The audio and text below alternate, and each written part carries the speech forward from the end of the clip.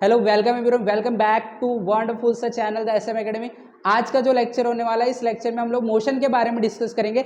जैसे हम लोग ने लास्ट लेक्चर में मोशन के बारे में डिस्कस किया था, उसको और आगे बढ़ाएंगे और एंगेजिंग कंटेंट हम लोग बनाएंगे और हम लोग समझने की कोशिश करेंगे with the help of visualisation.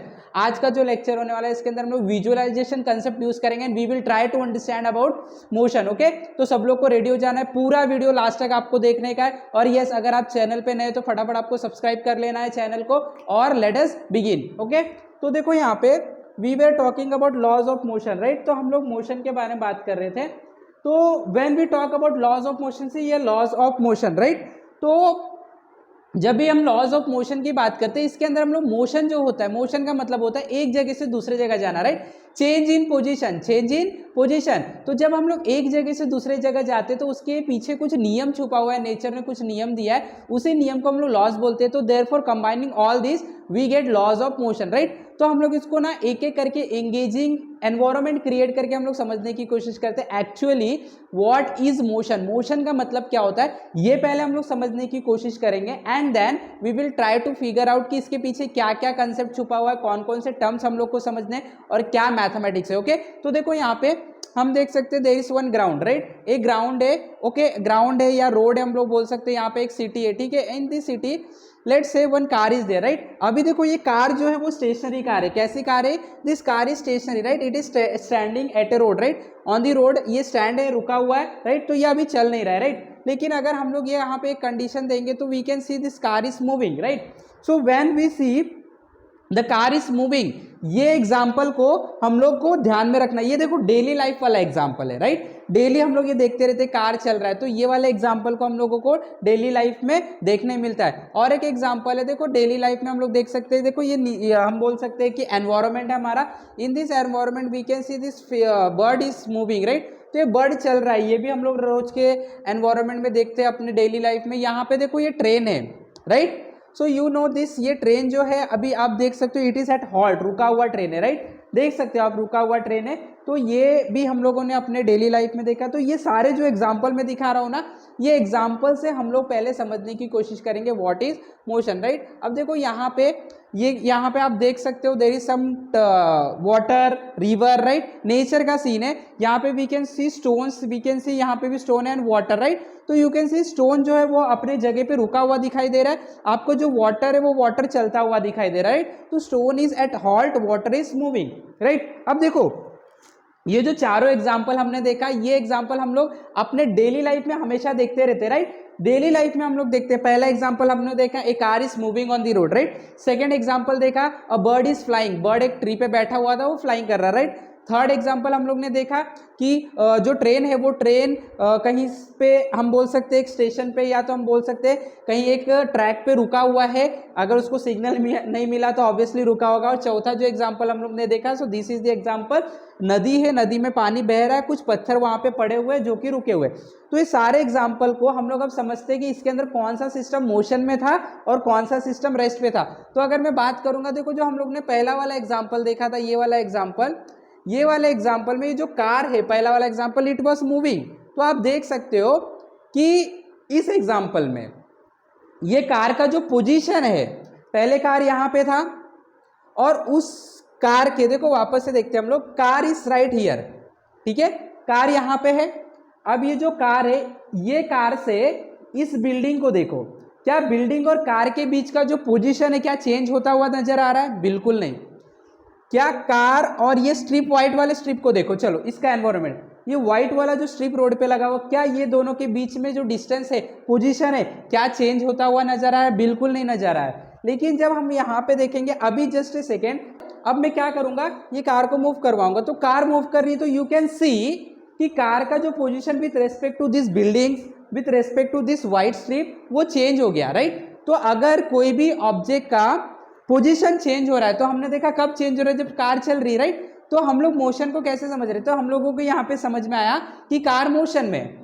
तो जब भी हम मोशन की बात करते हैं, तो मोशन में तब कोई भी चीज होता है जब वो चीज का position with respect to surrounding, तो ये कार का जो सराउंडिंग है, ये बिल्डिंग से, ये रोड से, राइट, तो इसका पोजीशन कार का ये बिल्डिंग और रोड से चेंज हो गया, इसका मतलब car was in motion, car किस में था, मोशन में था। अब देखो नेक्स्ट एग्जांपल जो हम लोग ने देखा था, right now you can see the bird, bird का जो पोजीशन है क्या है, बर्ड का position is bird is sitting. तो ये जो आपका बेंच दिख रहा है राइट, ये बेंच से बर्ड का पोजीशन आप देख सकते हो, अभी कोई चेंज नहीं है पोजीशन में। ये ट्री से ये बर्ड का पोजीशन देख लो, देयर इज नो चेंज। ये गार्डन से या तो ये जमीन से भी आप बर्ड की पोजीशन को देख लोगे, दो देयर इज नो चेंज। तो आपको ये पता चल रहा है कि जब चेंज नहीं है तो बर्ड तो रुका हुआ दिख रहा है, मतलब बर्ड कैसा है, रेस्ट पे है यहाँ पे। लेकिन जैसे ही अगर मैं यहाँ पे देखो, ये बर्ड का भी पोजीशन बदल गया, इट इज फ्लाइंग। तो यहाँ पे अब देखो पोजीशन, यहाँ से बेंच से पोजीशन बदल चुका है, ये ग्राउंड से पोजीशन बदल चुका है, ये ट्री से position, that means now the position of the bird has been change, that means bird motion में आया था। तो वो जो अभी हम लोग ने देखा bird was flying, it was a motion because there was change in position of the bird with respect to surrounding. Surrounding के हिसाब से बर्ड का पोजीशन चेंज हो गया। तो ये भी एग्जाम्पल किसका था, यस मोशन। अभी ये देखो यहाँ पे ट्रेन, अब ट्रेन को आप देख सकते हो, ट्रेन का जो position with respect to this tree, is it moving, no change ही नहीं हो रहा है, मूव ही नहीं कर रहा है ट्रेन। तो मतलब क्या हो गया कि ये जो सिस्टम है इट इज एट रेस्ट। वहीं पे अगर हम लोग ये वाला केस देखे थे, तो इस केस में आप क्या देखे थे कि स्टोन का पोजीशन ये ट्री से क्या चेंज हो रहा है, no there is no change. ये दोनों स्टोन के बीच में there is some distance, yes अब वो डिस्टेंस चेंज होता हुआ दिख रहा है, नहीं, इसका मतलब stone is at rest. But अगर वाटर को देखोगे तो वाटर इज मूविंग, वाटर की पोजीशन में कोई एक मॉलिक्यूल का position with respect to this it is changing, thus water is in motion but stone is at rest. ये ट्री इस ट्री से सेम पोजीशन में बार बार दिख रहा है, तो ट्री रेस्ट पे। तो हम लोग को यहाँ पे दो कंसेप्ट समझ में आया कि कोई भी ऑब्जेक्ट या तो फिर मोशन में हो सकता है, या तो कोई भी ऑब्जेक्ट कहाँ पे हो सकता है, या तो मोशन में होगा या तो रेस्ट पे होगा। दो ही स्टेट होते हैं हमेशा हर एक ऑब्जेक्ट है, या तो object will be in motion या तो object will be at rest. दो ही मोशन, दो ही स्टेट हो सकते, नॉट मोशन। तो state of rest, state of motion. तो हम लोग यहाँ पे मोशन की बात करेंगे।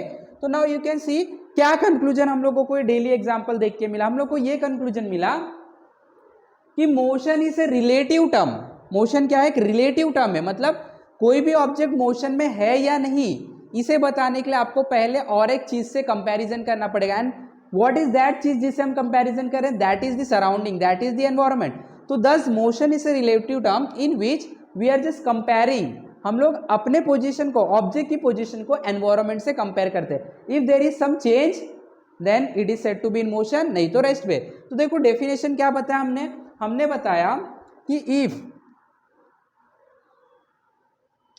if the position of the object changes with respect to surrounding, अगर सराउंडिंग के रेस्पेक्ट में अगर ऑब्जेक्ट का पोजीशन क्या हो रहा है, चेंज हो रहा है, क्या हो रहा है, चेंज हो रहा है, then it is said to be in motion. हम लोग क्या बोलेंगे, वो जो ऑब्जेक्ट हो किस में है, मोशन में। अगेन इफ द पोजीशन, ध्यान से देखना है, अगर किसी ऑब्जेक्ट का position will change with respect to surrounding, surrounding के हिसाब से अगर किसी ऑब्जेक्ट का पोजीशन चेंज हो रहा है, देन हम बोलेंगे कि वो ऑब्जेक्ट जो है वो किस में है, मोशन में, the object is in motion. Next, अब if the position of the object does not changes आएगा, इसको मैं यहाँ पे इंक्लूड कर लूंगा, does not changes, does not या तो do not changes with respect to surrounding, it is said to be at rest. Very important, अगर ऑब्जेक्ट का पोजीशन सराउंडिंग के हिसाब से चेंज नहीं हो रहा है, हम लोग क्या बोलेंगे, वो ऑब्जेक्ट जो है वो कहाँ पे है, रेस्ट पे है। तो हम लोग को कंक्लूजन मिला कि motion is a relative term. अगर मोशन, कोई भी ऑब्जेक्ट है उसका